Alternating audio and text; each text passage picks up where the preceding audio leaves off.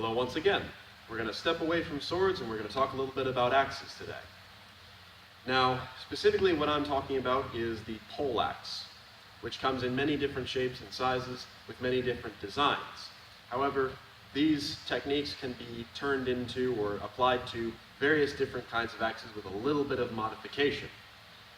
Now, when it comes to using an axe, especially like this, I find it is a little bit better to think of it less as a chopping end on a long haft and a bit more as a quarterstaff with a hammer on one end. Now you might be asking, why a hammer if it's a poleaxe? Because, period-wise, many of these poleaxe heads that were still referred to as poleaxe don't even have an axe head. They've got just a hammer and a spike, sometimes even just the hammer, or a configuration like this. And if I am striking against armor, it's better that I use the hammer end anyway. Now, like I said, also quarterstaff, because both ends will come into play. Meister Peter Faulkner actually precedes his axe section with his quarterstaff section, because many of the same concepts and even some of the same plays transfer over directly. Now, grip-wise, the Germans like to hold their quarterstaff thumb to thumb. They do the same with the axe, and this is perfectly fine. However, with this weapon, you want your overall grip to be quite fluid. I like this for a good opener or a good Mittelhau, but I prefer this for when I am reaching or trying to hook or something along those lines. Now, the first transition that we are going to practice is the cut from right, followed by the cut from left, and here is how it works. You're standing here in Vom Tag. You're going to come forward and let the grip move just a little bit. Don't shoot it out, just a little bit of extension. Here, you're then going to, as you bring the axe back, slide this grip down, bring this grip up, so it will just kind of fall back into your hand. So, 1, 2. Now we're set up for our next cut, so 1, 2, 3, 4. We can just keep those cuts chaining together. You'll also notice that it's relatively close range when I transition. Armor gets close very quickly. With a lighter axe, you could shoot it out a little bit more to fight from range. With these, not so much.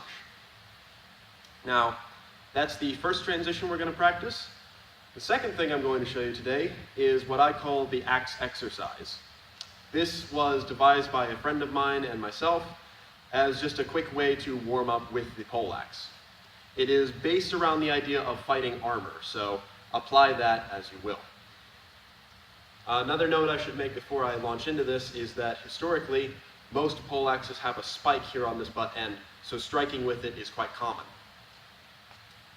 So the way the axe exercise works, I start off in Vom Tag, and I'm going to launch a cut out into Langenort. I'm then going to follow up with a nice little thrust. I'm going to step forward with my left foot and strike away either a weapon or the underside of someone's arm and deliver a thrust with the butt end into the face.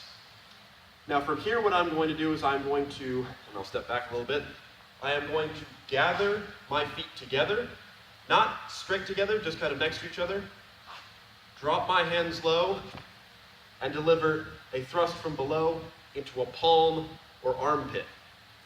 Once I'm there, I am going to snap this back into a nice crisp Mittelhau, drop the axe down, and I'm set up for the final part of this, which is the Wechselhau. The Wechselhau means changing strike. The way it works is that a strike comes in from above on this angle. I beat it aside by raising my weapon hard, smack with a step, and then back in. You see the same move done quite commonly in longswords. So, all together, here's how it works. 1, 2, 3, 4, 5, 6, 7. Now what you can also do is you can add in a little rear end pop on that. So, on 7, up, pop, down, if you like. We'll be going over some more axe transitions and exercises another time.